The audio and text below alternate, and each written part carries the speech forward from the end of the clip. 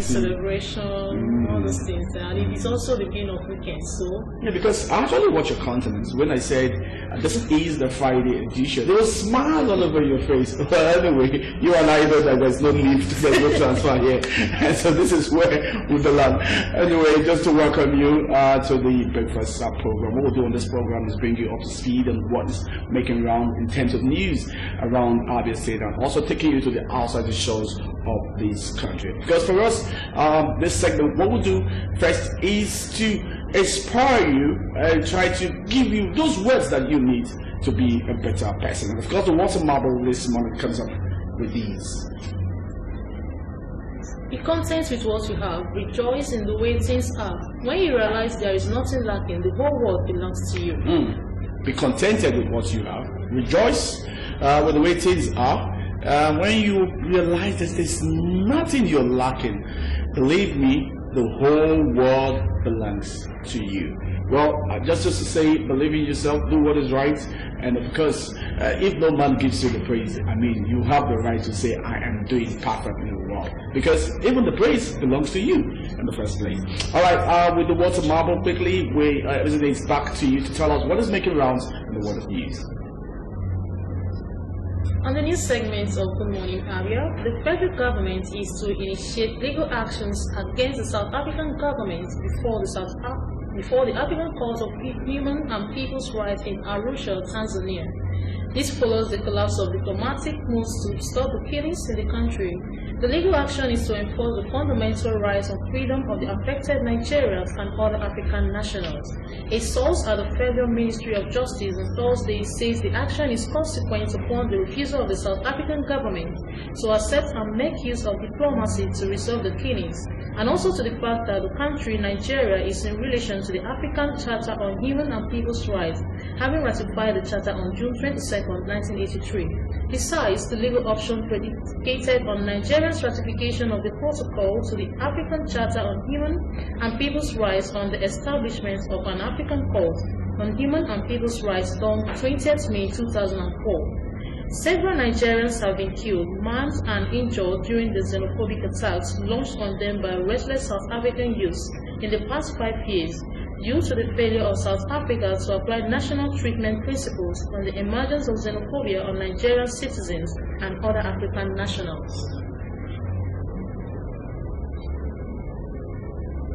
The All Progressives Congress, APC, has charged the President Muhammad Buhari-led federal government to be ruthless against South Africa in handling the xenophobic attacks on Nigerians in the country. Addressing newsmen at a press conference held at the party's headquarters in Abuja, the APC National Chairman, Comrade Adams Oshomole, charged the federal government to sever all economic relationship with South Africa. While frowning at the senseless killings of Nigerians, the ruling party specifically demanded the avoidance of South Africa business interests.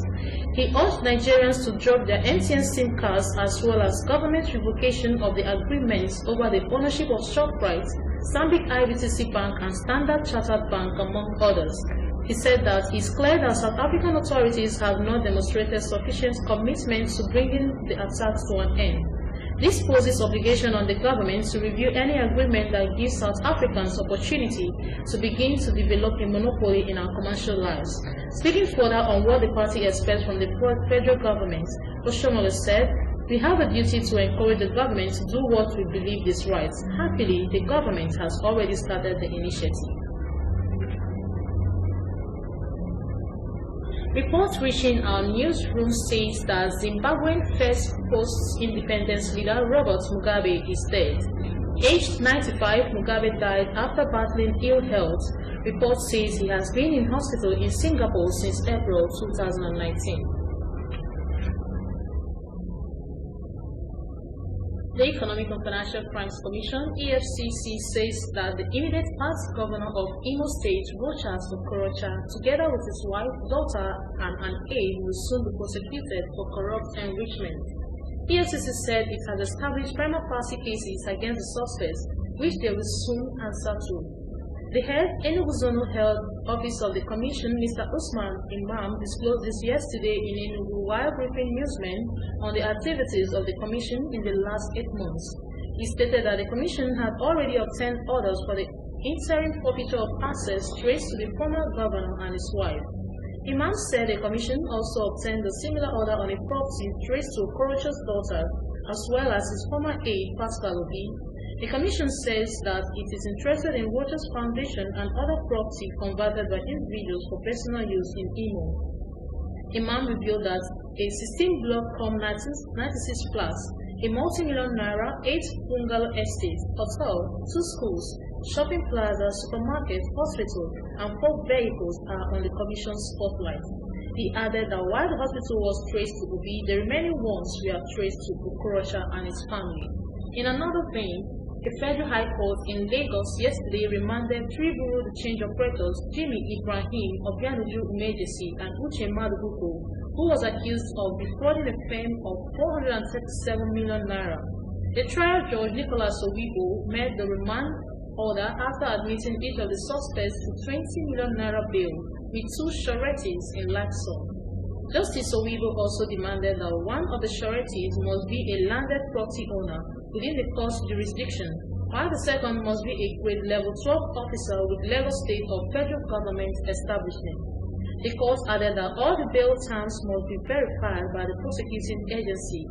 The police first arraigned the suspects on August 22, 2019, for alleged conspiracy, obtaining under false pretense and fraud.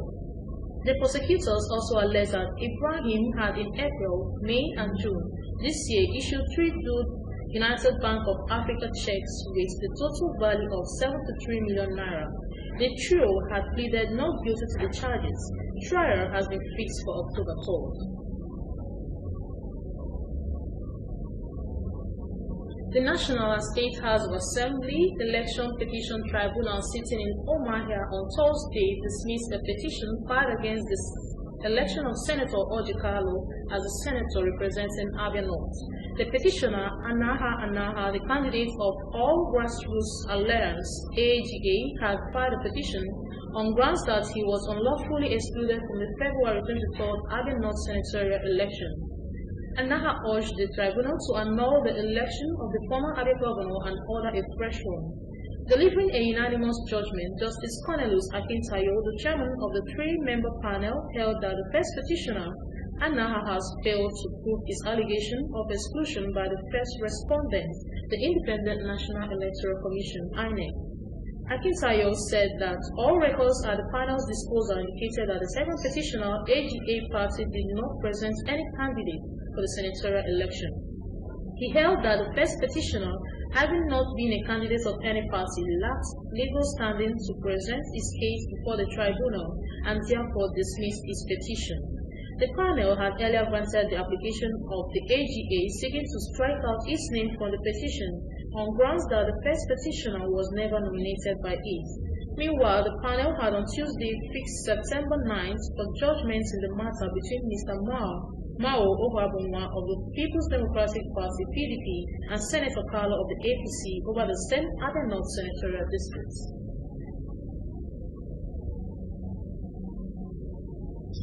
The Comptroller General (CG) of the Nigeria Immigration Service (NIS), Mohammed Babandede, has discussed that the enhanced e-passport is acceptable and valid for entering all countries. He gave the reassurance in a statement by NIS Public Relations Officer Sunday James in Abuja on Thursday. The CG's reassurance is coming against the backdrop of the recent problem on the e-passport with the authority of the United Arab Emirates. He said that the uniformity of the NIN information and that of the 10-year validity passport is to ensure one identity, which is a major feature of the new enhanced e-passport. He further said that the new passport is available in the service headquarters Abuja and Ikoyi, pending the rollout in other centers.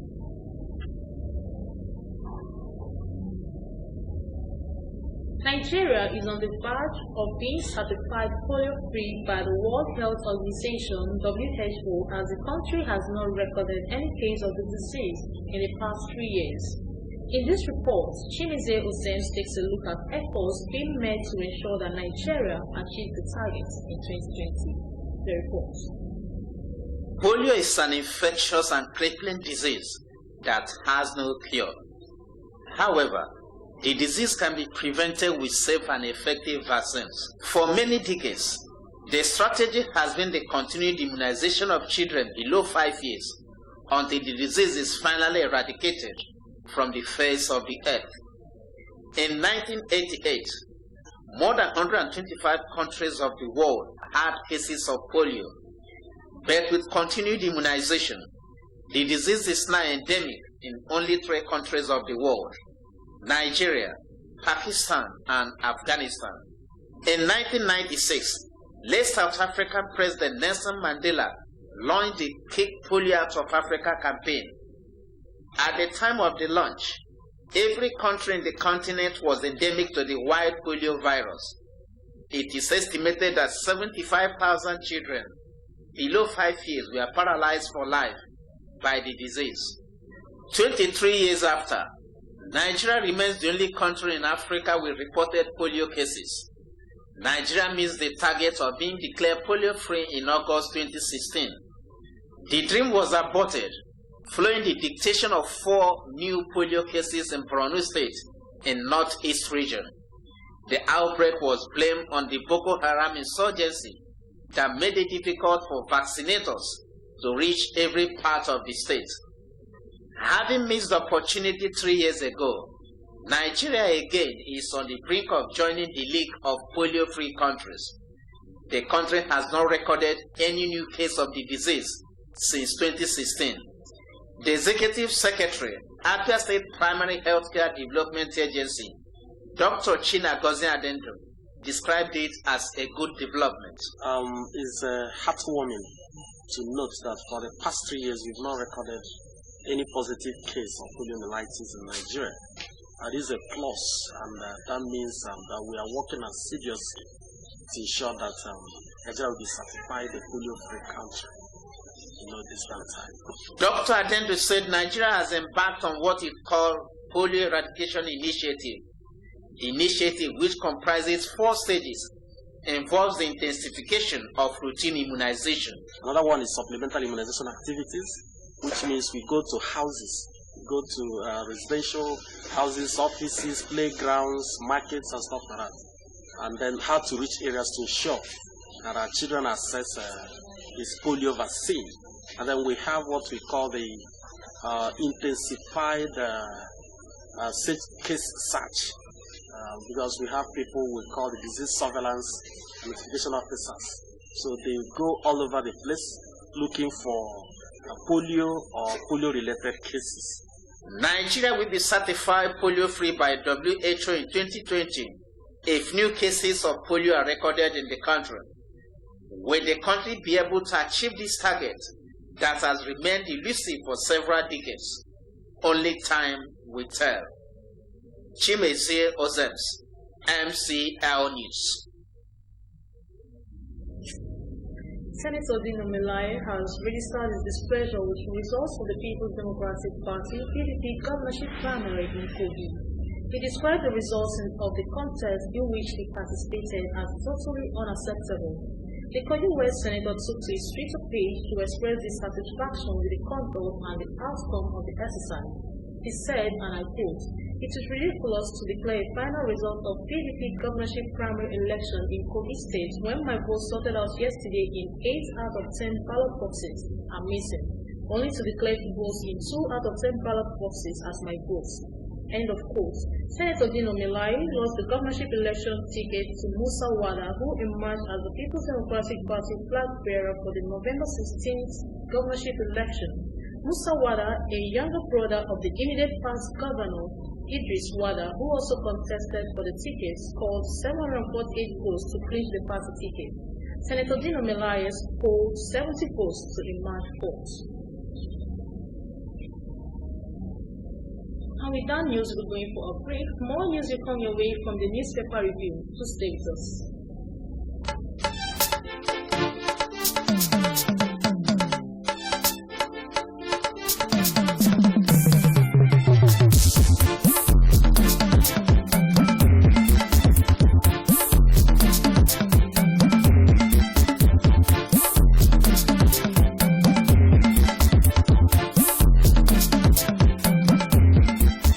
Good morning, Abia. show on TV.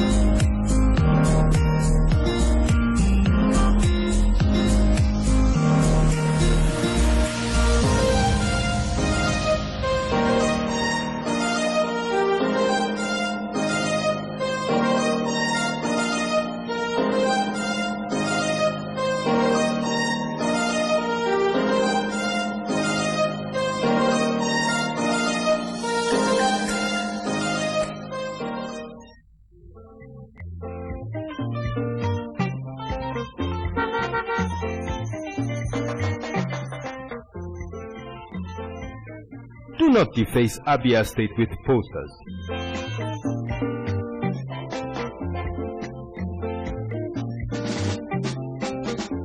Do not defecate on our streets. Do not litter Abia State.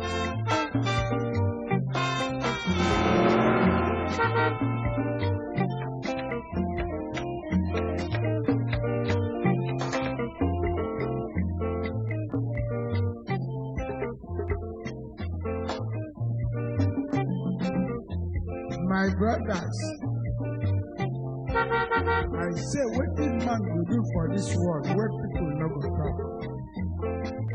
If you chop, Do not urinate in public places. you no chop, then you talk. What did make you do for this world? I say, let me do the things where we carry my heart. Now so world one heart. Have you not been so? Keep Abia State clean. This message is brought to you by MCLtv.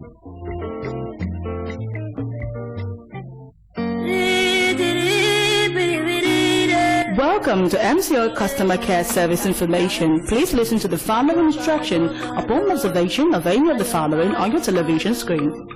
Bad signal. Kindly check the positioning of your antenna or system wire connection. Initial card failure or card error. Please remove and bring your smart card to the office. Once your subscription airtime expires, program rewrite or time expired will appear on the screen of your TV set. If you pay for the renewal of your subscription, please leave it on channel 7 for a couple of minutes. When there is a heavy thunderstorm, unplug power cord from the socket. For more inquiry, call us on 080-3737-3985 or in Homa on 080-6382-0685. Or you can call the technical department 081-4018-1602 or visit our accredited agents around the state. MCL, the world in your home.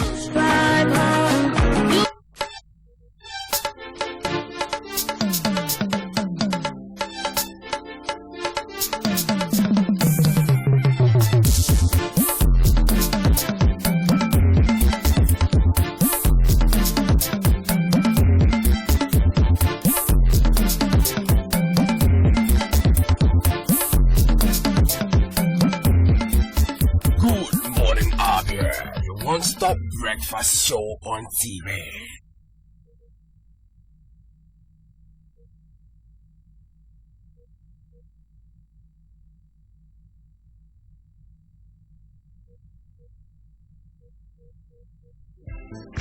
There is only one place where good taste, quality and top hygiene blend to provide classic snacks and food. Apple fried chicken. Our yummy meals glide from continental to African, all freshly prepared in a modern, healthy environment. Take a look. At Apple Fried Chicken Center, children are top priority, and so we provide exciting play centers for them, giving parents sweet, relaxing moments alone. Our outdoor catering services for all events remains the rave of the moment. Now, have you tried the Apple Special Cakes and Shawarma? Ooh la la!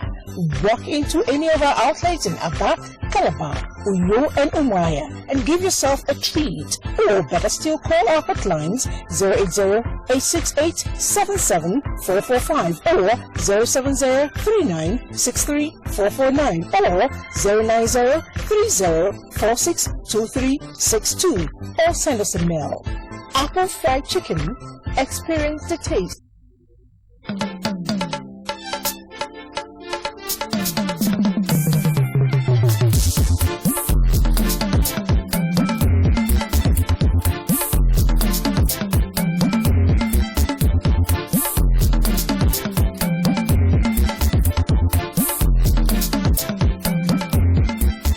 Good morning, Abia.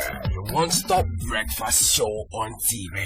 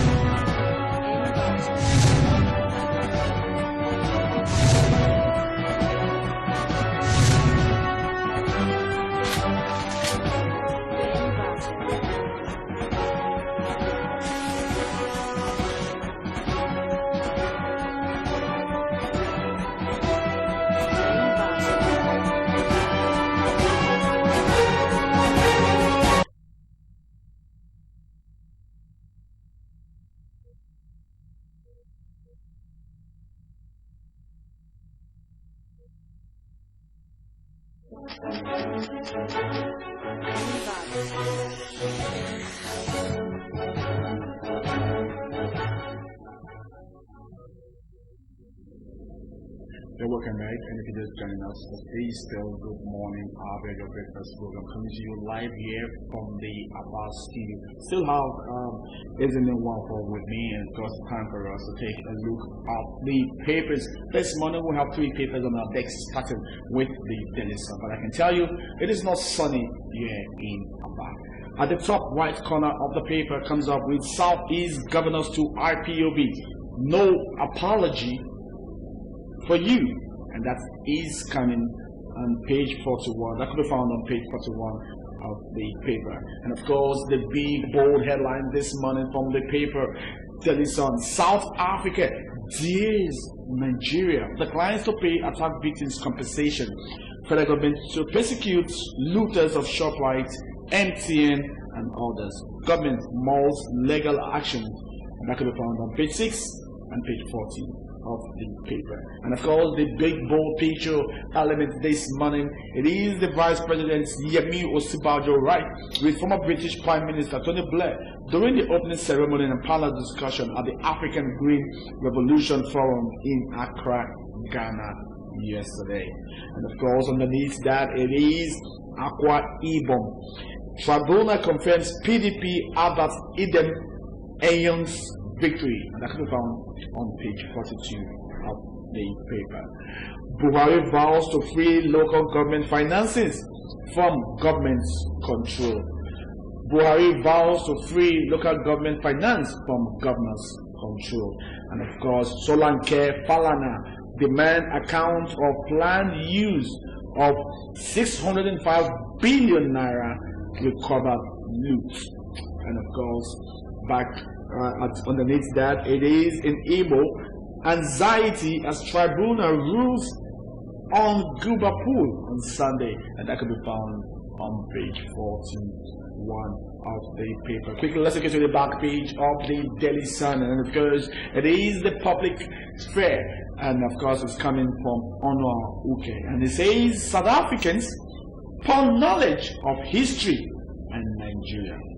The attack on Nigerians by South Africans are not the best way to treat citizens of a nation that sacrificed much to ensure equal rights and justice in South Africa. And of course, that is the Daily Sun, isn't it?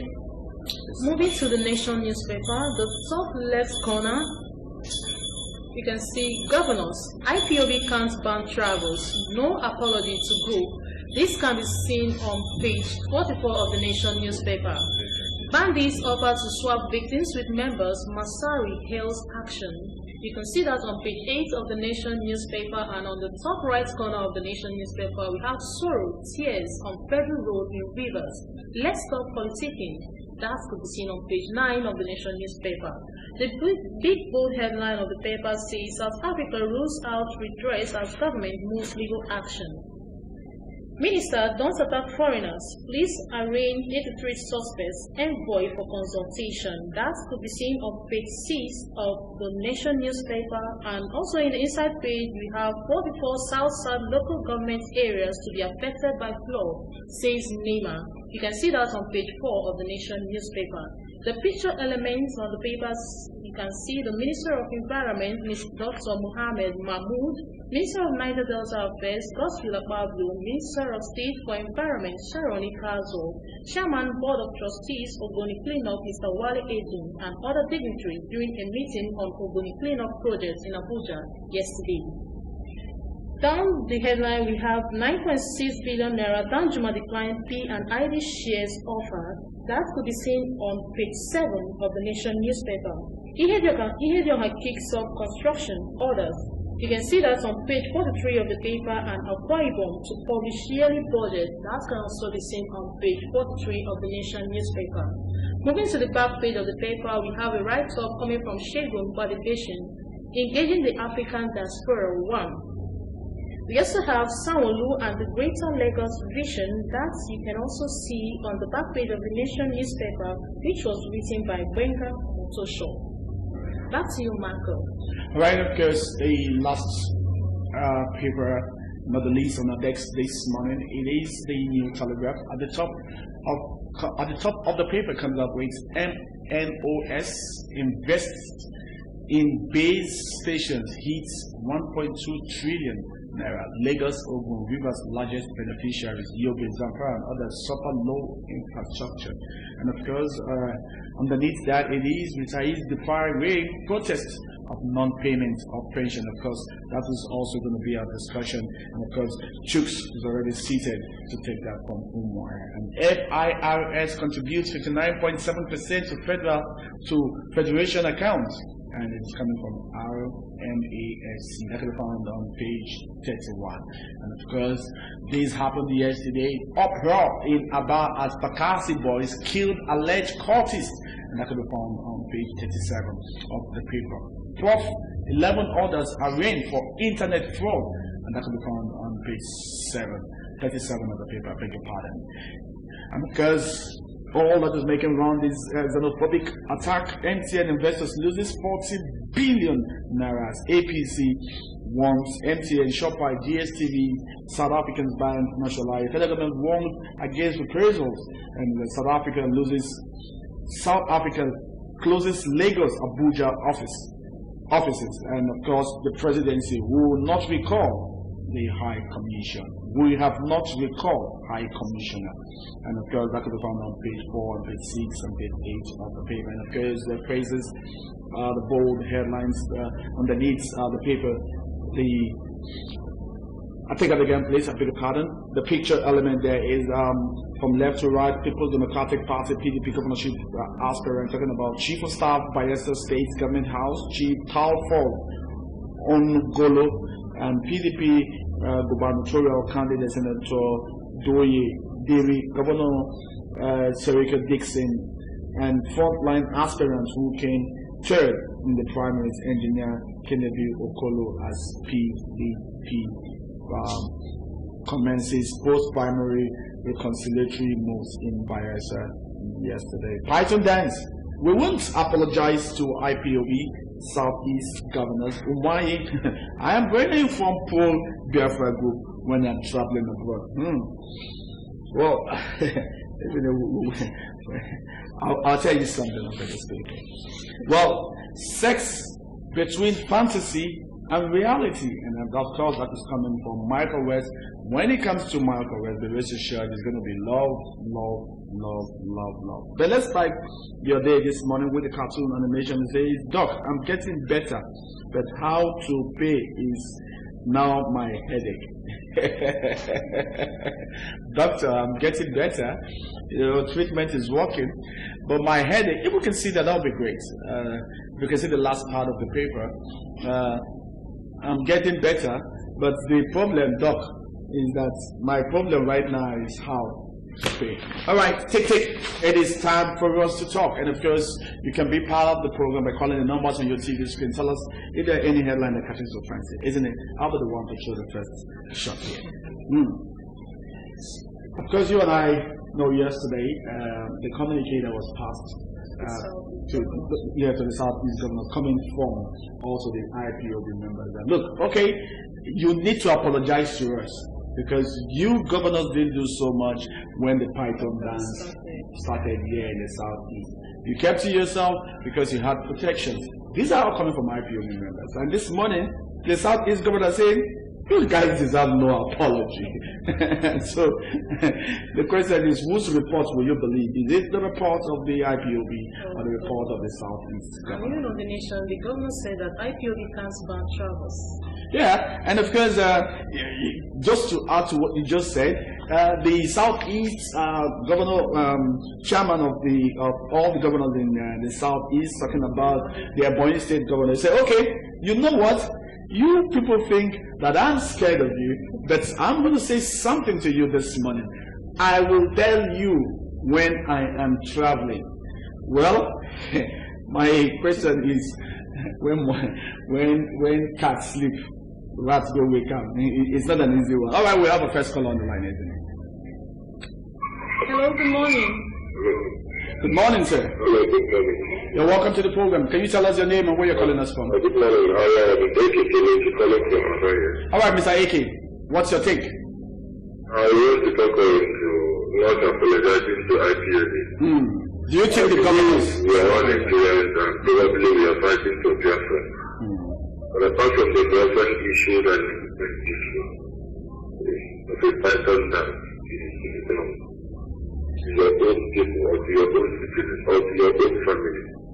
How can someone raise a Python dance to an extent of killing people, a lot of people in the land? And people are just telling you you need to apologize to your people that what you did was wrong. You insist that you cannot render an apology to the people. But I think it's very, very wrong that this is the protection of people in the land and they are not against us. They are family. People are watching. What is also risky? The government need to apologize. Need to tell the people that this thing happened to the protection of people, but not because that you cannot do anything with it. I'm not really happy about it. We believe that we are going to things to be sorted out and with the truth at the end. Thank you. All right, thank you very much, AK. Thank you for giving us your opinion, and that you think that it should have been the other way around, that the Southeast governor led by Umwai should have apologized to the people. But the truth of the matter is, let us keep sentiments apart. The question is, the Southeast governors never brought Python dance. Python dance was brought by the military, and so the governors have nothing to do with it. I'm not the spokesperson for the governor. I'm just talking about what the people say and what the governors are trying to point out to say, how do we apologize for what we don't have any take or any contributions to? But like you said, that it is not wrong to say if that will make peace, it is never wrong. Isn't it? I think you have another call. Hello, good morning. Your name and your location. Hello? Hello? Please try and speak up so we can hear you, Ubuchuku. Hello? Alright, I'm sure. Hello? Can you hear us? Okay, sorry, you have to call us back. Please, if you must call us, speak up so we can hear you, and try and reduce the volume of the TV set so we can hear you. All right, isn't it? You heard of us caller talking about AK. We believe that there is nothing wrong if the Southeast governor will come and say they're sorry. One, even despite the fact that the Python dance was not introduced by the Southeast governor, they believe that as the number one chief security officers of the state, they should have done better. They should have defended the people. They should have found a way to abate the killings of the Biafrans. Anyway, that's his stake. We're still talking. Python dance. We won't apologize to IPOB, Southeast governors. Says, no, you deserve no apology. Nobody's going to say sorry to you because we are not responsible for for the Python dance. All right. Hello, good morning. What's your name?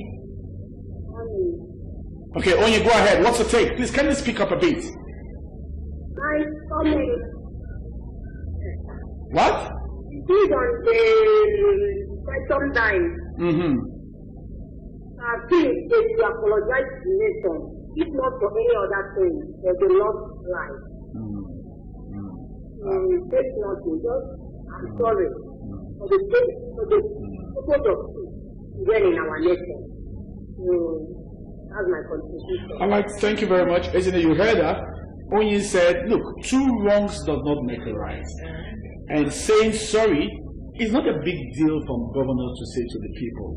Saying sorry, oh, we should have protected you, we had some other rules or things that we should have done that would have prevented this from happening. And saying sorry is the way to go. Well, Onye, I agree. My mom will always say that two wrongs doesn't make a right. And the man that says sorry doesn't mean he's scared.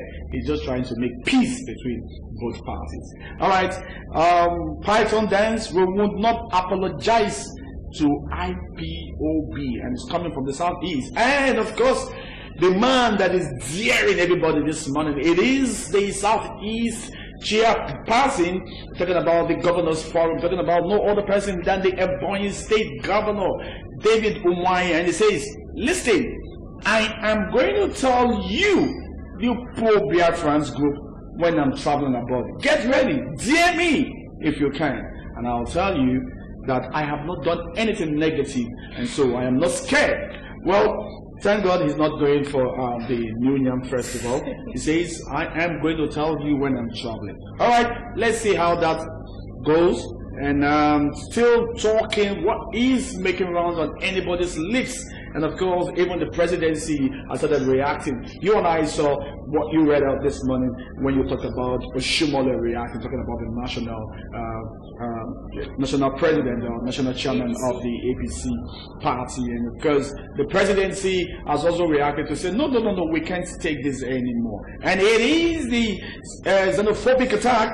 MTN investors lose 14 billion naira. The question is, what's happening to the African spirit? What's happening to, and of course, if you also go to the back page of the Daily Sun, I think this is a good one when Onwa Uke talked about South Africans.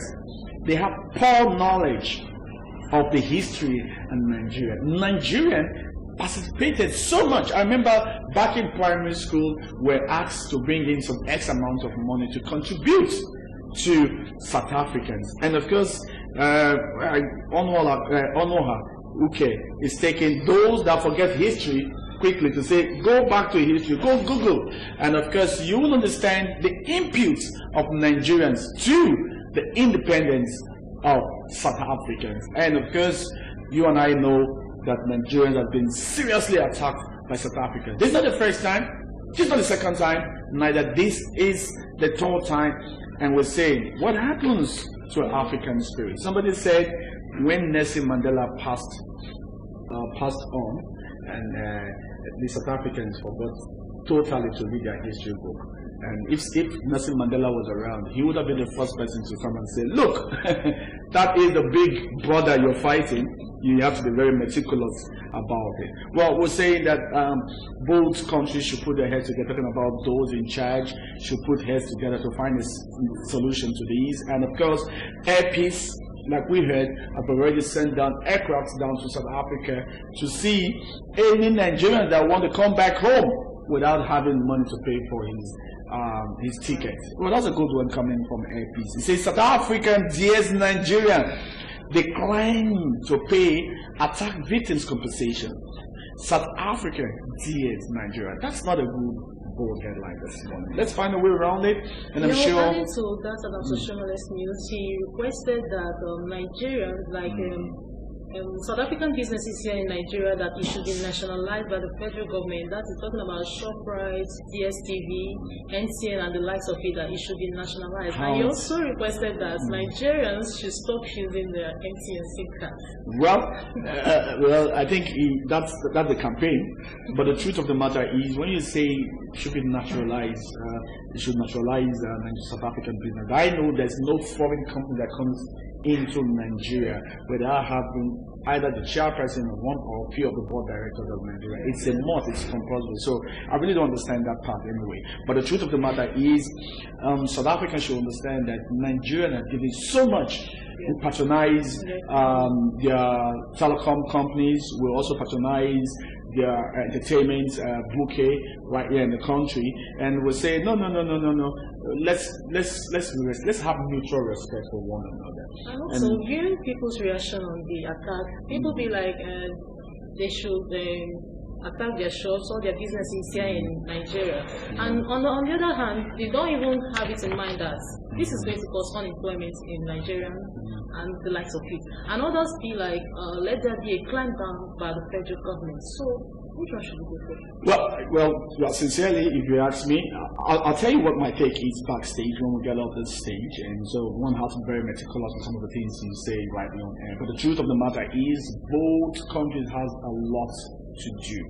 And of course, we're asking that let's be our brother's keeper. I'm very sure that the two heads of states, talking about President Muhammadu Buhari and of course the South African counterparts, will come to a compromise. And of course, that's also to tell you that even the embassies, the high commissions in Lagos and Abuja, South African High Commission, has closed down completely. So you could imagine Nigerians that are called for interviews, what is going to happen to them? A big one, big loss. And of course, you and I know that Nigeria has been complaining seriously of the attack, and it is high time that South Africans. Did you see the trended video of one of the cars of the High Commission was attacked at Lekki?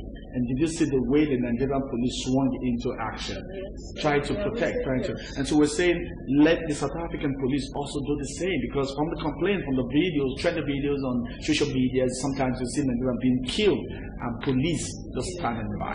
Not a good one. Not a good one, believe me. And of course, declines to pay attack victim compensation. I think this is where both countries, talking about the Minister of Foreign Affairs, Onyema Abia, which is the advisor to the President on diaspora, and to sit down and say, okay, how do we compensate? And also to federal government is saying, look, for those of you that decide to go into ShopRite, not protesting of the killing of Nigeria, but to attack and steal from ShopRite and MCL, believe me, you will be persecuted.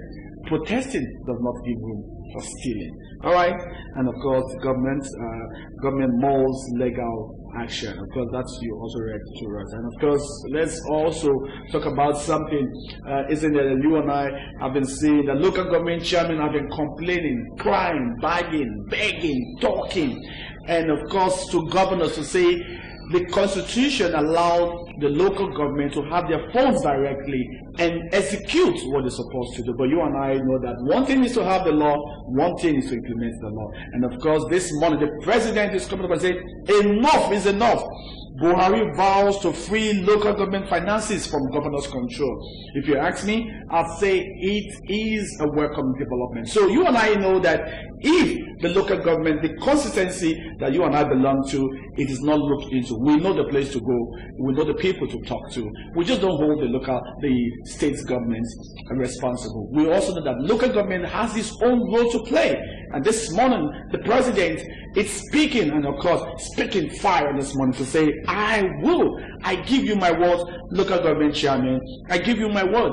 You, local government chairman, will be the one to have an absolutely right over your finance. But the question is, what happens to where you have interim local government chairman? should they have the right to our money when you know you and I did not vote for such local government chairman? Where you have, what are they called again? Is it interim or it's actually a word they normally use. Well, I'll try and figure it out anyway. When the governor decides that election is not ready, you have interim local government chairman. So what happened to such positions? Do they also have right to this if the president finally brings this, that local government should have their direct finance? I don't think they have the rights. Okay, let's go to Imo State. There seems to be a lot of anxiety in Imo State, and of course, as tribunal rules out on Gubapo, you and I know that Woso is still fighting. He believes that the present governor, talking about Emeka Idoha, did not defeat him in the last election. And said this morning, on Sunday, the tribunal is going to rule out its decision on the just concluded Imo State election. Of course, you and I also know, you read that out this morning, where EFCC decided to prosecute Sokocha, his wife, daughter, and his media aide, Pascal Obi. And so, well, let's see, is Chimela. Chimela, good morning. Nice to have you on the program. What's your take? Yeah, my name is Chimela. Go ahead, sir. Yeah, I want to talk on the first stage of the nation. Okay. South Africa, look out to the west. I think I am not so happy that Nigeria is not giving power in the region. It is rest. What Nigeria government have done now, someone the meeting of everyone. Someone the meeting of everyone. And if let us everyone present on where the African nation. So South Africa government to do what is right. So Nigeria going again, I don't think Nigeria will achieve that. So what Nigeria as the guys of Africa that is going to do, someone an equal let everyone as a religion attack South African government. Let someone raise as a union that controls the African region, across South African border. And I was told on the Spain, the second coming from Abia Mohammed that the idiots you are seeing online are fake. Abia Mohammed is for South African government or Nigerian government. It's not for the South African government to say that videos they are seen online. It's fake. And not our own minister, not our own minister telling us that the video we are seen online is fake. So I don't know where our foreign policy lies. If it is to defend Nigerians or to defend their interests, and this now I open my eyes at who are the real owners of this national Nigeria? Who are the real owners of Surprise? Who owns GSTV? Are they owned by Nigerians? And don't know who they are. And the Surprise is not money. Who owns it? Yes, I think people stand up for Nigeria to start asking questions about who and who owns who owns MCL? Even the owners of an African establishment, who are the owners? Who are the educators that decide to be active? So I'm not for Abia Mohammed to be telling us that this video of their money is fake. I don't think it's fake. That's my nice thing. All right, thank you very much, Shemala. Chemala is a regular on this program, a regular caller on this program.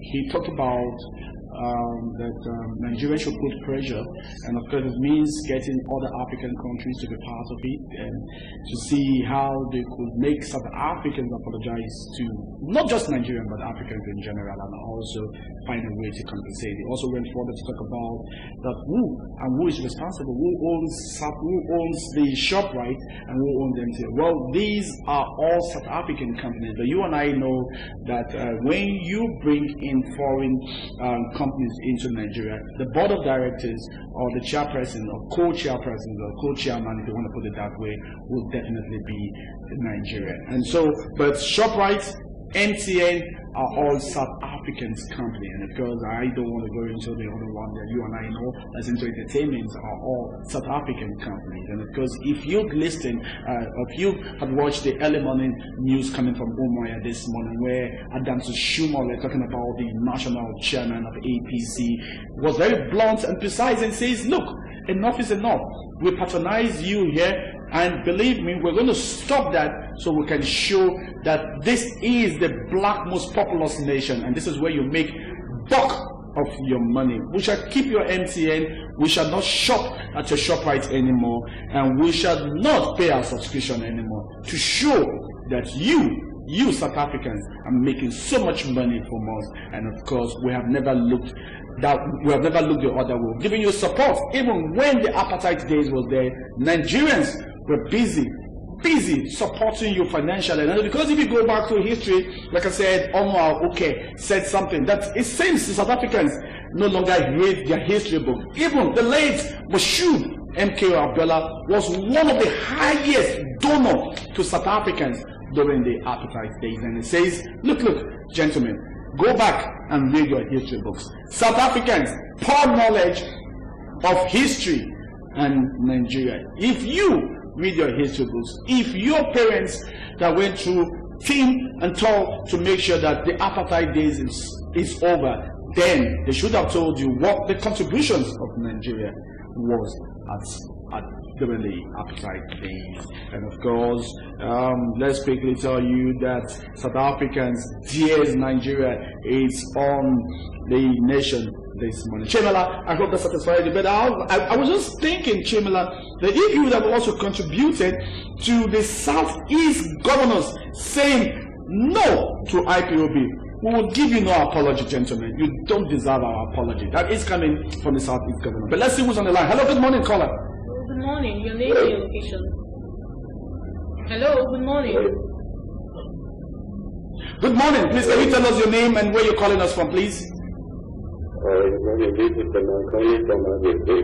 All right, Ima, calling from Abia. Where precisely in Abia are you calling us from? Okay, about quickly, what's your take? The Southeast governors to IPOB says no apology. Hello? Go ahead. Yeah, I say something about the IPA and the Are you an IPOB? Hello? Are you an IPOB member? Hello? All right, we lost you, Ima. Please call us and tell us what you think and what's your take. Southeast governors to IPOB, no apology for you, gentlemen. You will get no apology. No apology. We never brought, we never brought Python dance, and so we will not apologize to you. All right, we're getting a note that already that Chooks AK is already seated with his guest. But Chooks, before we pass that to you, I would quickly want to see the reaction from your guest concerning the newspaper review to say Southeast governors are saying IPOB does not deserve any apology from them because they never brought Python dance to Southeast. What are your guests thinking towards this? Do you think they should take back their words and say sorry for all that happened during the Operation Python dance?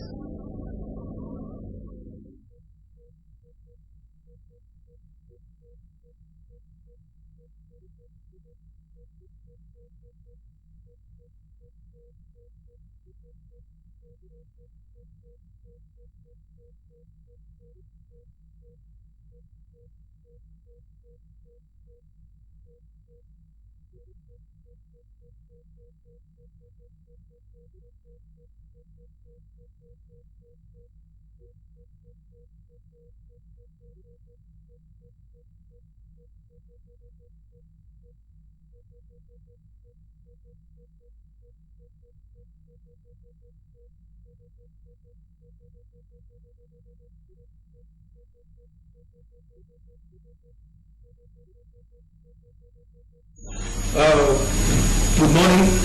I think the government should apologize to IPOB because lives were lost, properties were destroyed, so many things went wrong. Citizens of the Southeast were killed, innocent ones. So I think the government should apologize to IPOB and to the citizens in general. Okay, Mr. Jerry, do you agree with Yes, I think I do, because you see what happened at the time.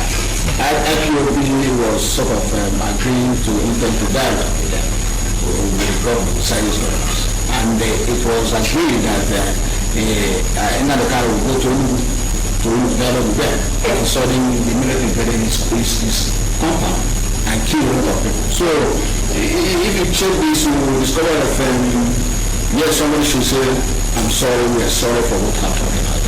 I don't, for what they are saying that they need to apologize, I don't buy it. But the chairman of the Southeast Governors Forum, the Brazilian governor, Bill Mine, says one of the reasons why they must apologize to IPOB because they didn't bring the Python dance in the first instance. Is that a good reason? Good enough reason? It's not. They agreed, but we were informed. Because as the chief executive of the various states, we have been told that this will happen, Then what I'm saying that they are negotiating within them the country to, agree on one time. And then that car has agreed to go to from that, before they boarded his house. So somebody should say, we are sorry for what happened. That's what I'm saying. Do you have the governors must have been in the know before? They are, first of all, they proscribed IPOB as an organization, Southeast. Then they create them as a legal organization in Southeast. And they are the chief security officer of the states. So they should apologize.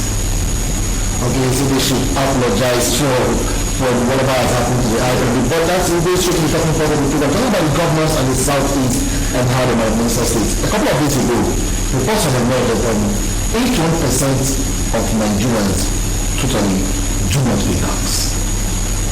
Primarily in the Southeast, again the Southeast governors raised the notion that it's actually almost non-existent in the Southeast, the culture of tax paying, apart from those who work in who are civil servants and even bother themselves. The National Economic Committee Council, also led by the Vice President Sibajo, concurred with the Southeast government that we have a proper tax paying culture in this part. Mr. Becca, what's your take on this issue? 81% of Nigerians are not paying tax. Is it a good idea? Well, 80% of Nigerians don't pay tax. It's real, and it's true. One, why would they pay their tax? This is what they ask themselves. And in the Southeast, for instance, tax payment is alien. Remember what caused the famous Abia riot of 1927? So you know that if the people must pay tax, government in return must show them where they will pay the tax. Our roads are not fixed. There's no power, there's no water, no basic education. Salaries are not being paid. Refuse jobs everywhere in the Southeast.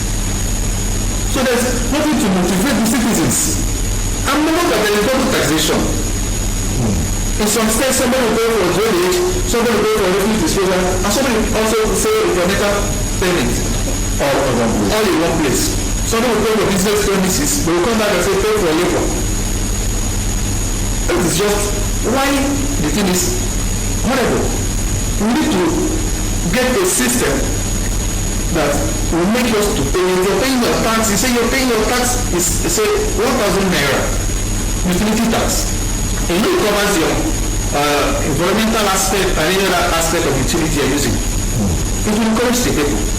And one thing is, if you're paying it, like for instance, those in transport system, they will do a ticket in Abia. They go to, they pay the same ticket. It's not taxation. So these are things that something governors need to look into. Okay, he just raised two very important points here. The first being that we don't have that culture in the Southeast. First of all, it's alien to us. I thought he made an analogy to the 1939 about women's rights and one of the reasons. That's one. Two, the issue of multiplication. But let's come to the first one. The first part of being alien to our culture. Even if you're alien to our culture in the time past, it could still be adopted under proper women. But another thing, if I get this message well, is that people do not trust the authorities. If I'm not authority. Those are governments. Okay. You don't trust those in government. If that is the truth. How do the governments now, or the authorities in the Southeast, what will they do to begin to create a reorientation from this mindset? Let's take that part before we come to the multiplication. Well, like I said, it was what called the power. One man who was just missing her husband was suddenly told to pay taxes, and she started querying why she should pay the tax. And before they went to use her pen and took the chicken in her compound. And she shouted and went to town, went to the market square, shouted there. And sympathizers came and said, is it this widow I love just lost her husband? And women started rioting and started to acquire from her back. So it was not properly handled. And remember that from that time, the white man didn't handle it very well. That's when he removed Oku, who masterminded that. And it has revolted to this day.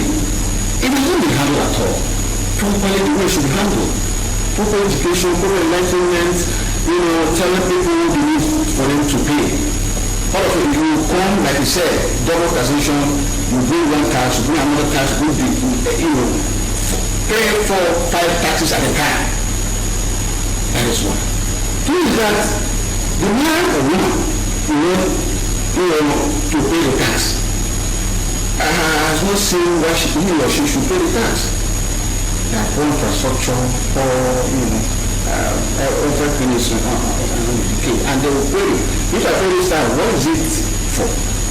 I'm not getting what I should get. I'm not getting electricity. I'm not getting water, proper water. I'm not getting good roads and all that. So it is left to government to start, first of all, proper education and utilizing this tax to have the appropriate, program or project. Because if I come and see a good road, that crosses either my house or my shop or my shed, and you come and tell me that you are the tax officer, that I should pay this or that, I will give me pay. So I'm saying, first of all, they should avoid double taxation or multiple taxation. We should also give enlightenment program, make people to know why they should pay their tax. And government should also live up to its responsibility to using this tax. Remember what almost caused this thing is that we make after a war, and we have this group, and somebody said, okay, let me mention them. Said we have a lot of money, don't know what to do with the money. So they use this money carelessly and get going, went abroad, buying houses, doing all sorts of things, taking their girlfriend and all that, and restaurant that, and big restaurant and all that. So they forgot about taxation. They forgot about making people to pay their taxes because there's excess. There's excess. So people about this culture, we're not supposed to pay taxes, and it continues to use it. So for you to, bring them on board to tell them, look, you have to pay a tax, just like in our over. Overseas, if you don't pay a tax, you will be seen as an robber. You yourself will be ashamed of yourself, because it is a basic responsibility, a civic responsibility. You have to, So this is what the government should do. Go back and start enlightening the people the need for them to pay that, because it's very, very vital. The civil servants will mention that pay because the civil servants have an option. I have no option. I got from sir.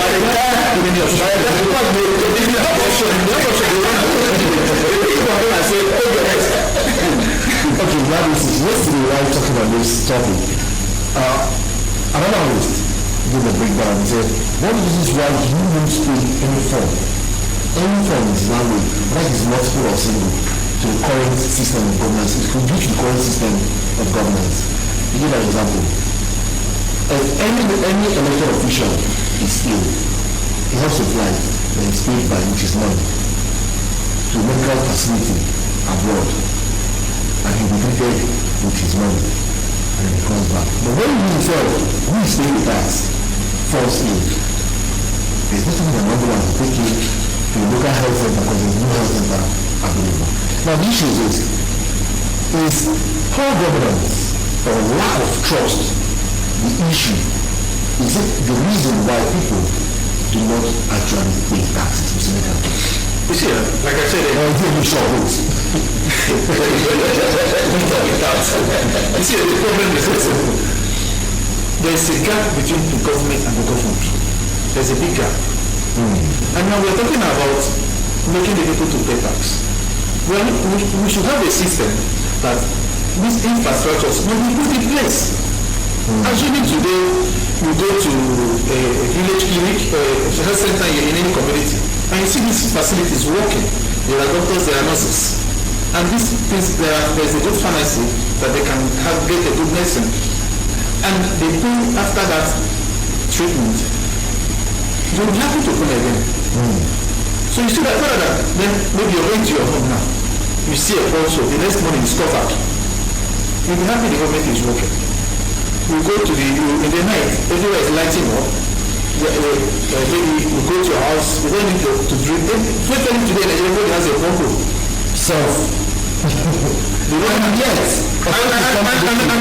And moreover, we also paying for that pump. The parents at least more than 10,000 naira per pump in Abia, our state. So, you feel that instead of providing the water, for you to pay. You provide the water and you pay. So is something that we need to, when we go back to the drawing board, we don't need to go back to this drawing board. Come up with a system that is internalized with our people. And most times, we need to go to the extent of using our local languages, OP line, to educate our people. Tell our people their sense. And tell them, we've done this because we pay tax. If we pay tax, we will do this. And government should keep to their promises. So if you don't keep to their promises, the people will run away again. For instance, if I pay my tax and you ask me to pay infrastructure tax, what is infrastructure tax? The normal price I pay. Paying my tax. Your tax is different. Infrastructure tax is that means we have an issue here. The issue we have is just for it. I think the boils down to on trust. If you play on people's intelligence, people also run away from you. And when you say I've paid my tax, you also have to pay infrastructure tax. I don't understand. Mr. Please. This is part of that harmonization. Harmonize these things. Harmonize everything across approach for that. Let the people know what they are supposed to pay. You know, if you tell them, look, if you need infrastructure tax, that should be an enlightenment, an education on how, why they should and all that.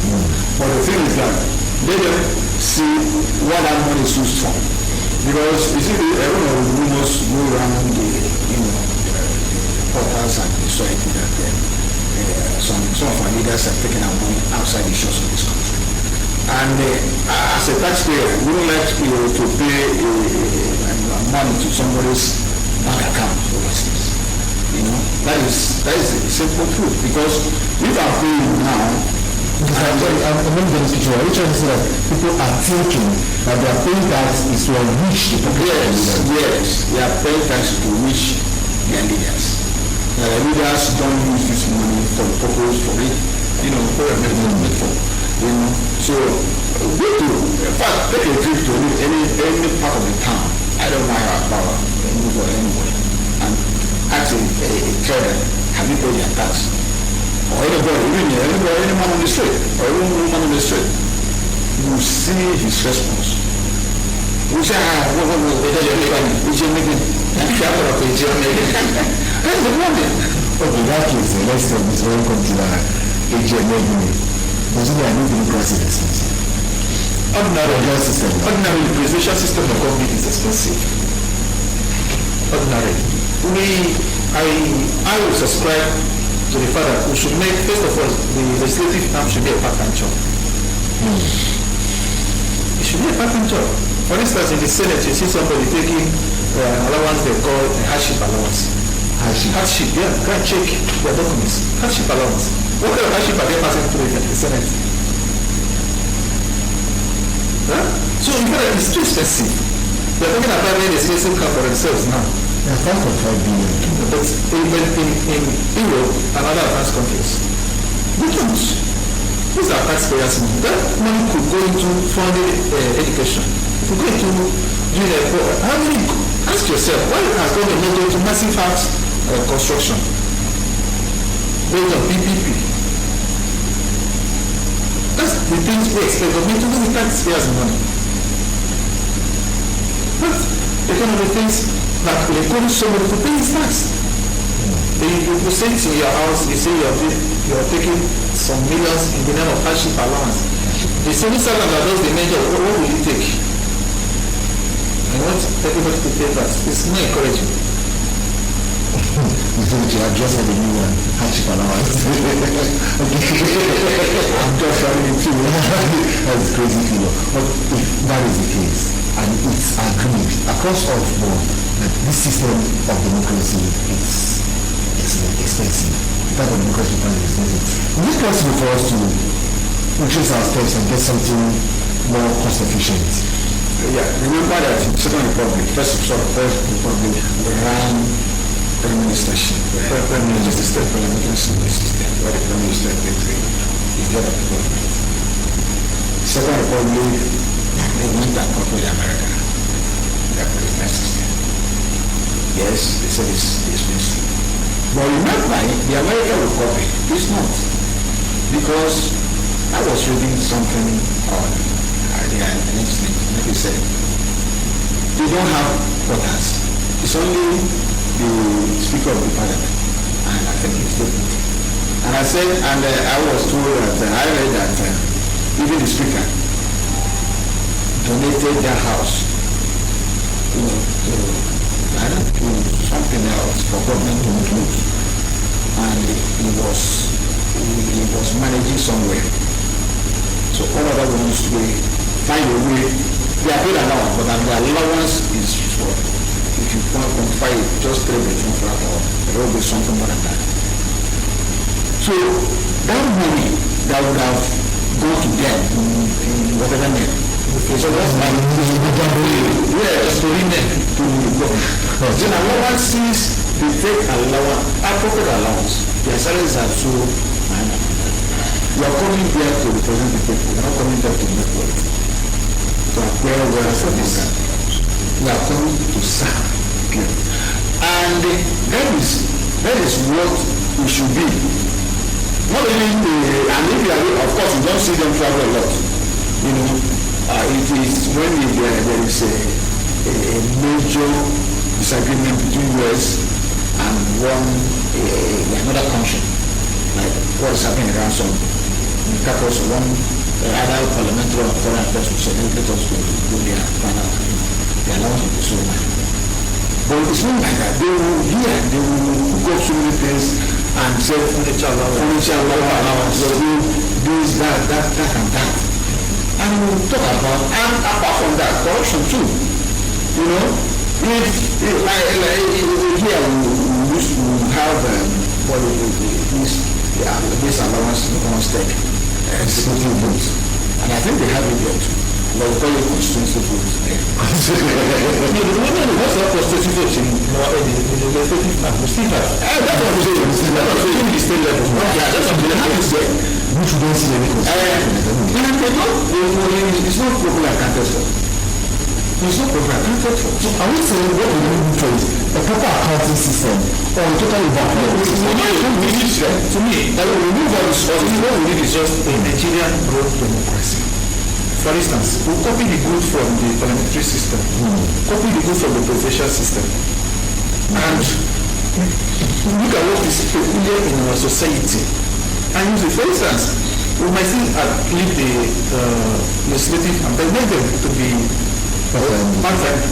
Have your business. Do your business. You sit periodically when there is need. Not your city, you are being paid as it's just your employment. Do your normal business. Sit when the speaker calls for urgent state issues. To be the problem of but it will save so much cash. And also, the executive and municipal will use number of commissioners they have. Let the permanent secretaries do more of those jobs. Let the permanent secretaries do more of those jobs. It will save the system. And more powers also should be given to the local government system. I don't believe in this state's local government joint account. We swore. It has made our local government vulnerable. You see people watching about good brains dying. And I think if we change our system, we will not go into a local government system or the local government in a particular state, especially in the southeast, we use what with their own political advantage to develop at their own pace. So these are things we need to look into in the system. But while you're saying that, something hit my mind. You're talking about having legislators who will do their job, do their businesses, and meet work and say twice a week or once a week or whatever. But when you get sense of interest, by nature, I am a member of the House of Assembly, and I have a friend that's into road construction, for example. I'm also doing my business outside, but I'm also a member of the House of Assembly. When we do conflict of interest, we from giving constituency allowance to do a small 3-kilometer road or maybe 2-kilometer road in my constituency, and I try to give it to my friend. Let me mistake we make is institutionalize this institution so this issue won't come out. First, you bid. But you bid already. Institutionalize this institution so during the bidding, I will bid. Your company might bid. And look at your bidding. If it's properly done, if it's done in the sense of bidding, if your company is competent enough, let it be. There's a prosecutor. If your company, because I know there's a video process that goes on right here. Most times. That's why I say if you institutionalize these institutions, you don't have those ones to manipulate. If you like it, I'll be done. But it's your constituency, and mistake we make, it's your constituency project doesn't mean you should handle it. It's the executive that's supposed to execute it. It's not your money, it's taxpayers' money. Taxpayers' money. I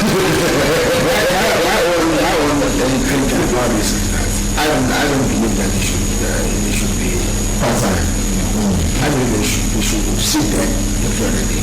But we know this constituent money from them. We improve the allowances and salaries drastically. Compare what they earn every month to that of all African countries. Nigeria is highest, even the world, probably the highest in the world.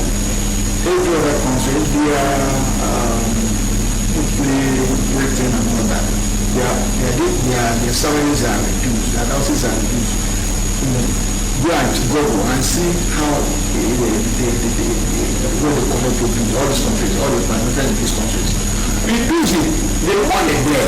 Let me say to use this money judiciously.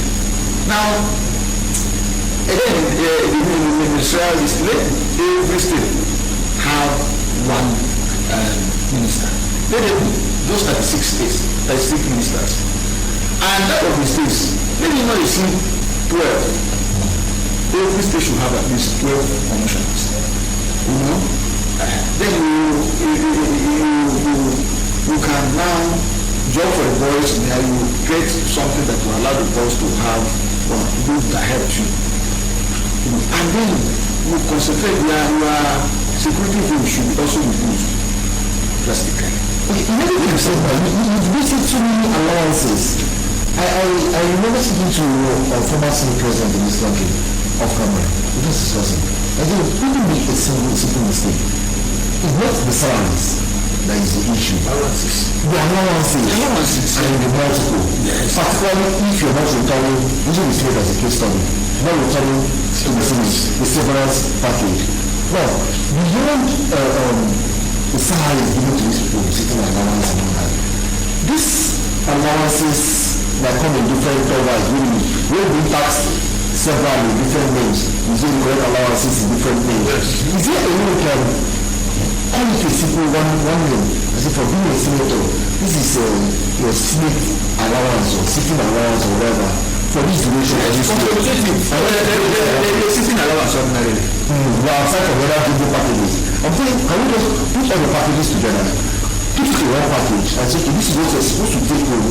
At the end of the day, for example, for being a senator, according to the figure, it's 10 million naira, it's 2 million naira. Let's know this is what cost the date. Let's come from. We need to work that way. Yes. It will work. If the people will say this is well or not.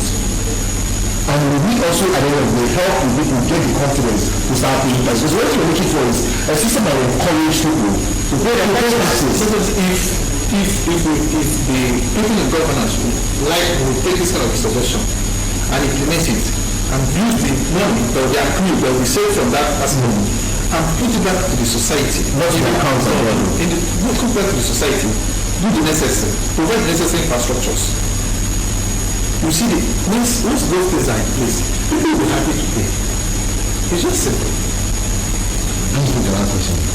What makes it difficult for a member of the State House and Assembly to stay as a legislator for 4 years and cannot qualify to any good, there's a difference between projects and good projects. Any good project in his constituency after 4 years. Ordinarily, we make mistakes here. The legislature has no business with projects. That's the mistake we're making. Not him is good enough, my brother. Him attracting. Yes. What do you mean by attracting? You can approach the executive and say, this is the need of my people. It behoves of the executive to see if that is the need of your people. Maybe it's necessary to and if the funds are available to do those things. So the executive, you might be the executive today, you will have probably you say, my people doesn't have good road. And the commissioner for works will drop your paper. He feels it's not necessary to give you that. So in this case now, that is the analogy. What protects constituency? Constituency project, constituency, whatever they call it. That is why the legislative can now use this language, constituency projects, that they want the fund to pass through them. And they will be a direct touch to their people. But in the right sense, when preparing budget, we expect to make an input. So the budget will be prepared. You expect to make an input. And government, based on available resources, might do be for you and live for you, but based on the comparative analysis of what they have. This will be more relevant to the people. Yeah, because most times, the legislature might allow his emotions to override his sense of judgment, not considering the overall interest of his people. For instance, you might see like some people go to constituency project, they do the borehole inside their compound. It's the name of constituency project. They borehole inside their compound and bring the pipes out for the constituency to drink. And you will hang constituency project. Well, he was giving himself a borehole. So these are things we need to check in the system. We have a cloud system. It's always our system is flawed. It's which you journalists and like my boss will call it from this question. We have a flawed system. Now, everything we say here just falls back to a disconnect. There's a trend used for a disconnect between those being right and those being governed. Those being governed and those that are governed. There's a disconnect. A long gap between the two of them. Probably lack of mutual suspicion on both sides. How do you correct the system? The system is before, because enlightenment, we all know who to pay tax. We don't need to go to school to know who to pay tax. We know that tax helps in developing the society, but we've chosen not to because of these issues. How do we rearrange the system and put it on the right track? Well, just like I said, first of all, representing people well. They look at you as a role model. They look at you as an opinion leader. If, for instance, you're getting 1 naira, now that we go to federal government to collect money every month, it's not supposed to be so. If you are getting, for instance, 100 naira, you make sure that 100 naira goes around, is used for the people, for the projects.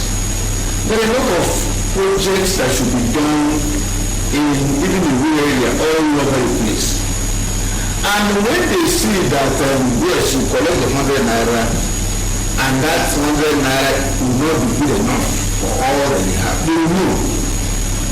But when they see that you collect 100 naira, but what you put on or put in building infrastructure, building one of the things is about 5 naira, they won't be happy. So what I'm saying is there should be a change, a renaissance, moving from where we are right now, the culture of grab. Check what is happening in the state. The new governor is moving with his people, moving around all the houses. They think already FCC has picked up balance there, 50% of those and then saying they are collecting and all that. It shouldn't be so. It doesn't happen overseas. The moment you leave office abroad, you are sent, everything about to ends. Because normally they have a system that will allow you to move to acquire money illegally. So as soon as you do, it's okay. They will buy and all that. They will put in history. So let us change from this culture of blame grabbing. And if we start from even from the people, from pressure from religious leaders, because they are the people that are even encourage these things, they will come and tell you this is your time. If you leave now, no other time, you will make this, get back to this place. So if you come up and tell you, first of all, as soon as you are swimming, the foundation will calling you for chieftaincy. The religious people will be calling you for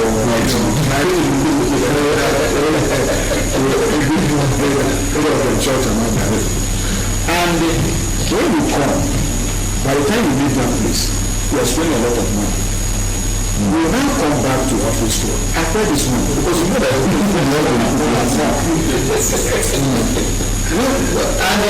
if you go to church and they're doing launching, and all that, you donate 100,000 as a deputy governor, as a governor, as a minister. You will do. You will be looked at as very mild, very wicked. But if you give them 10 million tools and all that, they will be happy. And how to get this money? Let's do this one first. Hello, good morning, welcome to the program. Yeah, good morning, welcome to the program. Okay, your name, sir? Okay, go ahead, sir. Yeah, good morning.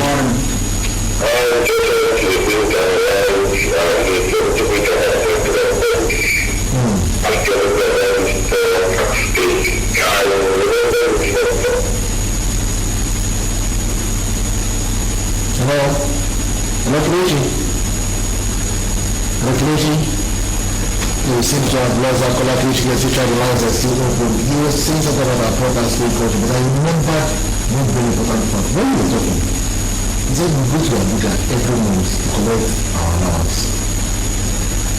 A source I don't want to name told me that even the cows across from the road are charged 100 naira per cow.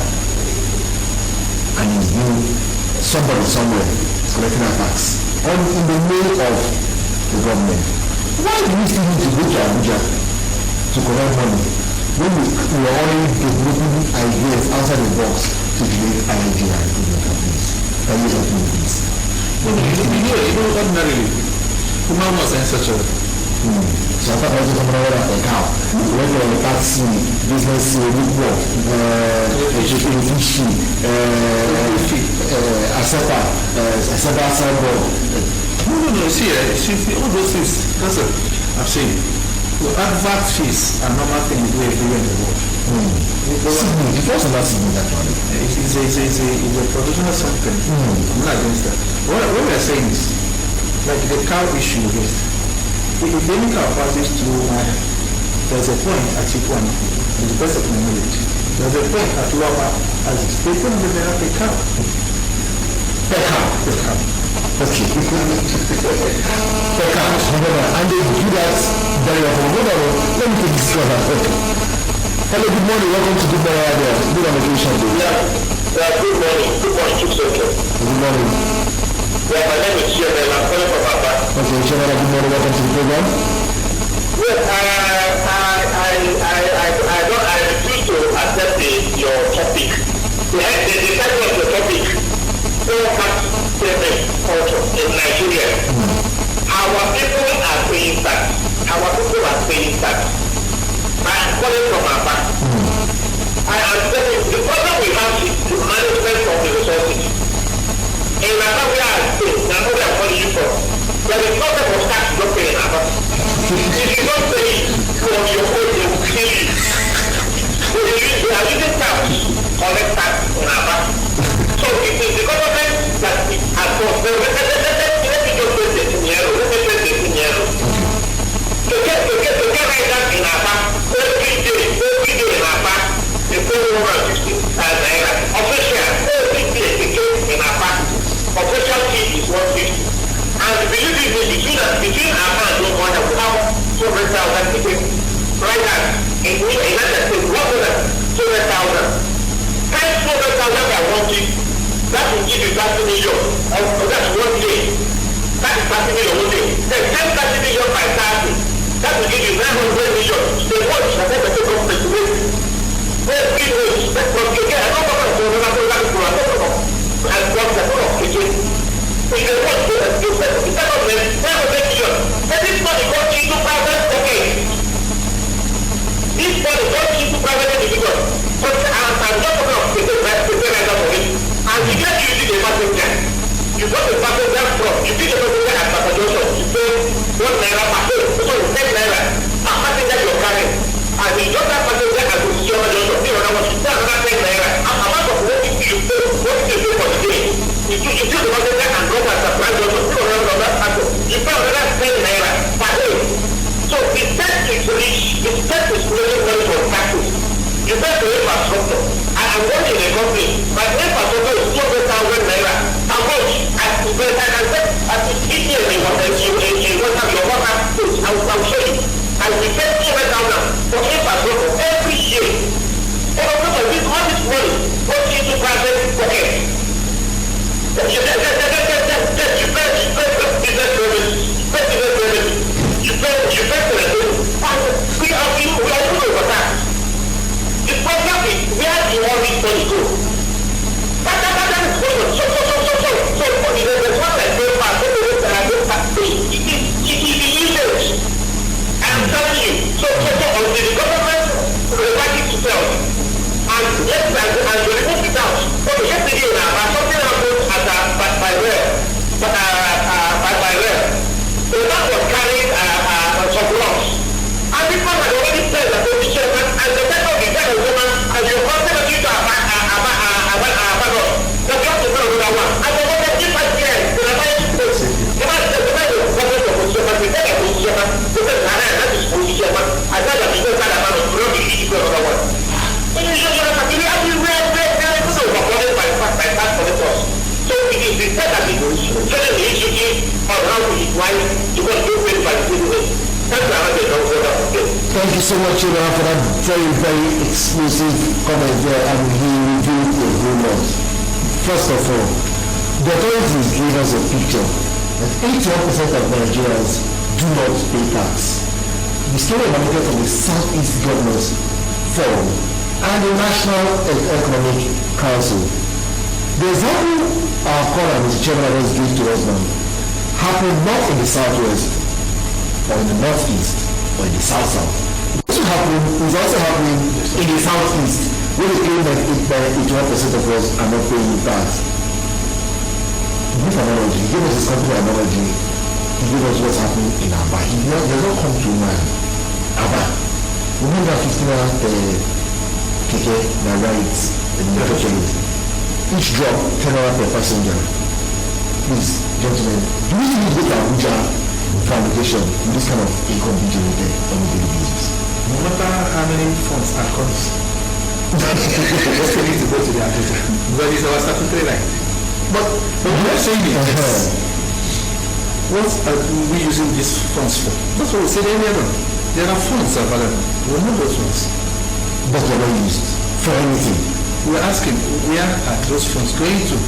Who is managing those funds? On whose interest? Who do we ask to who do we ask as a journalist now?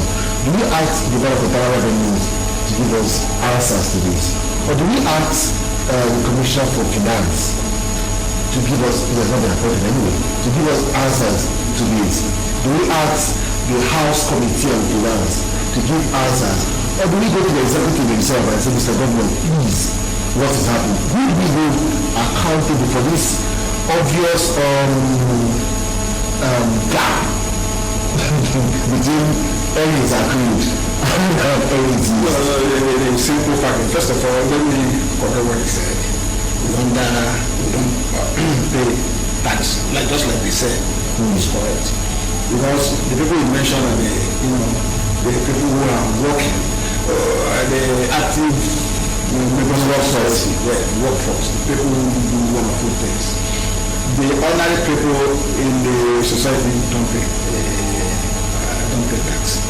The shop owners, they don't say what I'm saying is the ones just like if I'm not doing anything, or if I'm doing something that people don't know.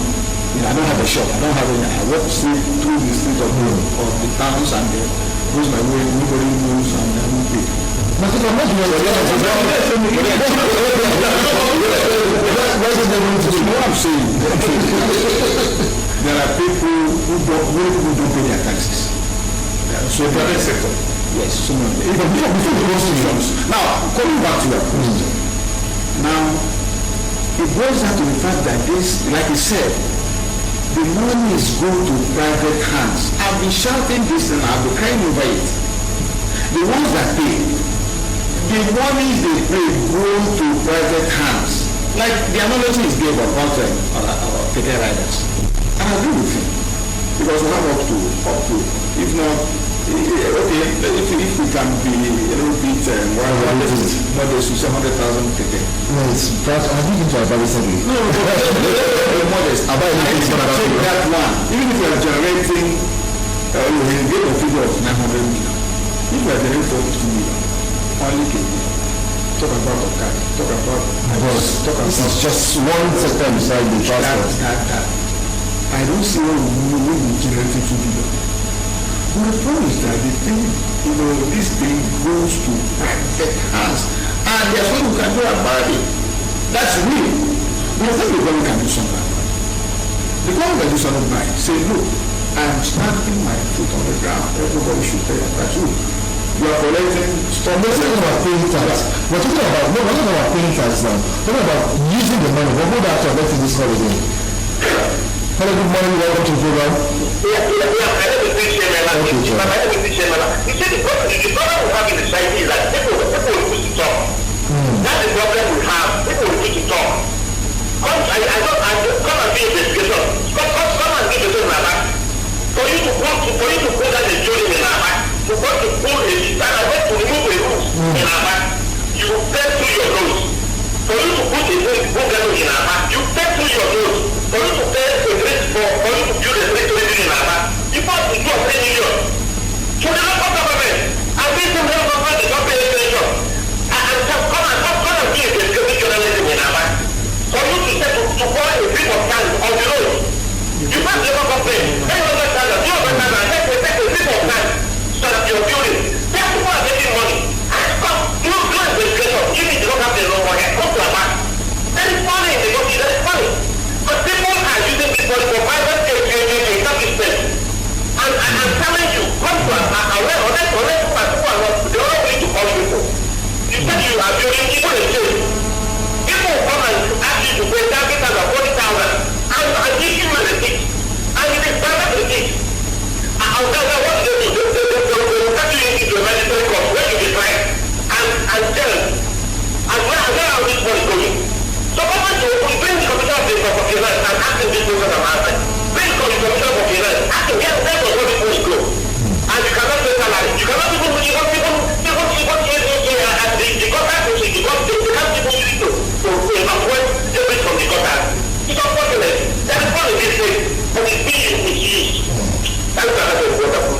Thank you, Mr. Chairman. Seems these people must have really hit Mr. Chairman. The comments he made now, that people are not talking. We cannot continue at this level of, I have to use the word fraud. Use that with its embezzlement. And it just goes like that. There must be complicity from on the part of like what I was saying, two things are there. These things go to public by private hands, not the public. Then the one that comes into the public retail in a public form is not properly used. Like, or is this in the first instance, the money is being stolen outright? The money is being stolen. Like you said, somebody wants to see when he has something contrary. Hello, good morning, welcome to the program. Good morning, sir. Yeah, good morning, welcome to the program. My name is Sorry, I'm sure that we are discussing about transport in Abia. Okay. Please, the issue of transport in Abia should be looked into, especially that you're calling the people are complaining about their work, okay? Even those humans mentioned that they are now working police. Okay, since we are not being very we need to call back to Julie while he's breaking. We're talking about what is going on. Let's not play with let's play with the gloves now. Let's be frank and honest. Is it fraud? Is it embezzlement? Is it an organized syndicate? You cannot tell me that somebody moves materials to Luciana after paying what should be his official dues as Luciana and gets to Abia. He still has to pay for the same movement of the same products. The local governments who actually are claiming the state governments are tying their hands with funds. And somebody wants to change his roof. After paying infrastructure and business or resident permits, but because when you change your roof, you pay again to the local government councils who do not pay salaries, who do not do roads, who do not provide any form of infrastructure. Gentlemen, please, what do we call it? Is it an organized crime? It's an organized crime. It's an organized crime. From the guy's statement, you will notice it's an organized crime. How can somebody arrange you before magistrate court if it's not organized crime? They go with police. No, that's disorganized. They go with police. They have the council, local government council packets. And maybe this thing is a 50-50 deal. You take your own, I take my own. So I think the people in governance should come out. Really look into this matter. Are you sure that that's been aware of it? You see, most times, the people in the time of affairs sometimes are not even aware. There is a lot of name dropping when it comes to running governance. There is a lot of name dropping. Their PAs, so a close blood relation may use their name to go and start doing this kind of a crime. Before they know it, you say it's my brother that has sent me. They need to really come up with a statement on this kind of issue. The government need to step up their game. Know the magistrate they are using, who gives the approval for the magistrate to see it, who sends the police, who has the receipt and the address. That's where we need to come to, because it becomes very, very interesting if this kind of figure is being collected in the name of government and the same government is crying they don't have money. I'm one of those who believe that you said name dropping, yeah, okay, let's go with it. A couple of months back, 2 months back, in Umar here, the cattle riders made a protest and complained of extortion. They used the term extortion from local government officials. Yes. At the end of the day, speaker of the Abia Assembly and the government intervened in the issue, and a lot of things came to the floor. Now we see cattle riding by night to night. But then, in the course of it, they also made these same complaints of 150, I think then it was 150 or about 150 per day that they were forced to pay. I've not had an issue about that. telling the government that I will take it with a pinch of salt. On this cake, I think the reason the use of that cake is very ticket. Very ticket. They say it's $115. Because I think that one is official in the state. In the state. In the state is official. But what we don't know is who takes the money after constitution. These are areas we know. These are areas we need to look into. Who takes the money? And is this thing contracted out to an individual? How much was he or she needs to the state? And what are these funds used for? So these are things we need to know. These are the areas the people in the government need to tell. Because these are the things that will strengthen the taxpaying culture in the people. The seek some of good governance.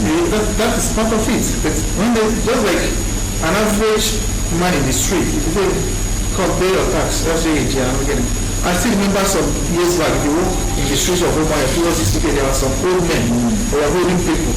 Come, where is your rate? Where is your tax? Near that people on the street. But I think they've asked them to stop that kind of thing. So, people always, you see people running away from that road once they see those people. So I think the government needs to go back to its drawing board. Re-strategize to build people's confidence. Do we have a good audit system here? A system not just about government auditing, but audits that looks around the local government, the state government. Yes, there is an institution what they call the local government audit office. We have the state audit office. So I think what we need is just to really know if they are really working, if they are functioning. that system, that department looks into the account spent and the one not spent and all that. Not finding out how these monies have been, generated and being spent. If you have a ledger that shows, like I say, it shows where it's coming from. Like I say, if you are coming from Osioma, people have a system that is workable, that is sound, all of that.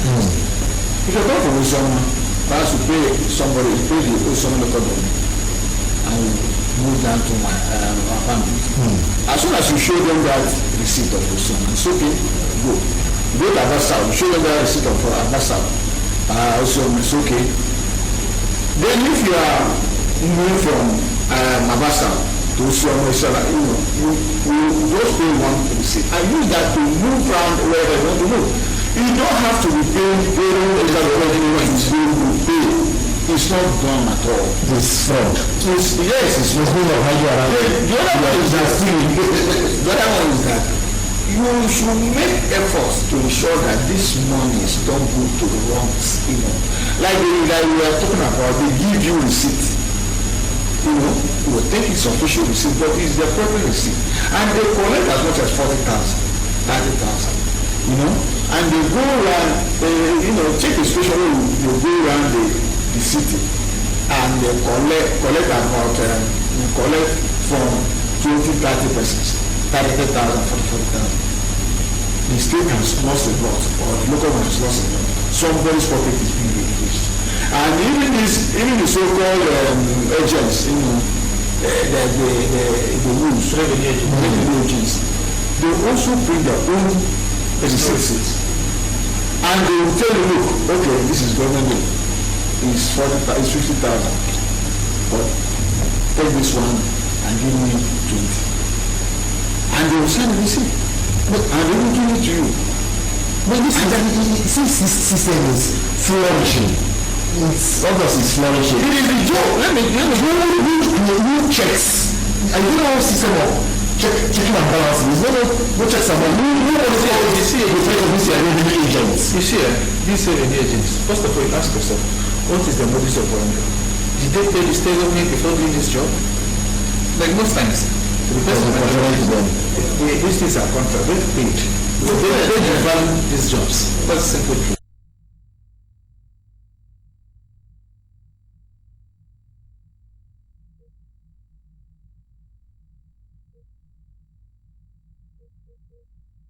The issue that the state government might have just gotten, say, 50 million. 50 what? And I heard that one pays 200,000, 300,000 monthly. Yes. No, I'm talking about for 1 year. For 1 year. I thought about it for 1 year. So in front of that, they develop these jobs. But people know that they will get something in return from the bank. So that's why they will go there. But another thing is, government need to use this job. With local governments, I think it's a statutory duty to collect those levies. They should, the government has taken it over. It's only few in areas that they allow the government to collect. Like the case, government has collected. How does the government? Yes. So if I think the federal, the state internal board or the Ministry of Transport should come out and tell the people how the fund is being managed. Because the meeting is the public fund. It's not public. And our legislators should do something about this. You know, the job of a legislator is to make people constructive. Yes. But when we present the paper and then the third one is to go and oversight function. Now, representing the paper, you see, it's a group of by somebody representing us. The presentation is just like all of us are here. We say, we choose one and represent us there. You should feel it. What is your situation? What is happening? Who is harassing you? Who is not? Then you go to the House of Assembly and say it there, and you pass it. You do it. Your colleagues there. You pass as a resolution informing the government. If possible, we make laws saying that this thing should do this thing. This thing doesn't happen. Like we were saying, we were talking about somebody that comes from Osioma dating to Alabama. We ask you, how can you do that? If you are buying, you are coming to Abia South, Abia Town, more over to sell anything, and you keep on paying and paying and paying. How will you support profit? So it is the end user okay, and even of course you may even raise beyond his rich may not to pay and because the problem go to you, the consumer and everybody. So the incumbent upon the House Assembly to do something about it. Look at these things that we are talking about, harmonizing, and they say before the House pass a resolution informing the governor on the government, because like you said, most of the time the governor or the government will not know what the activity of this house. And you go there and do an investigation as a journalist. You see some of them building buildings, having 10, 12 buildings. Somebody in the head accounts department of the government. Because he has somebody who and you say this particular that I'm working at has 3 houses in this town and has 4. And you change the town. It's a general system in the it's a very good situation in the southeast. Wow, okay, this last one from Ms. Mecca, I will have to draw the concern in this part of the program. It is a very sad situation in the southeast. The truth of the matter is the system is flawed. Whichever we look at it, we're putting a very flawed system, not just because the government is accusing the people of not paying taxes. The people have responded this money by saying we actually are being overtaxed. So the question is, where is the money going to? If the National Economic Council says they're not seeing the money, the Southeast governments are saying in the Southeast we're not seeing the money, and the people are saying, sir, please, whatever you're saying to us, don't let what we know is every day we pay money in one form or the other to the coppers. Where does this money go to? It means there's a due diligence is not being practiced in one place or another. It shows a faulty system, a system that needs to be checked a little bit, a system that needs to be tampered and touched with.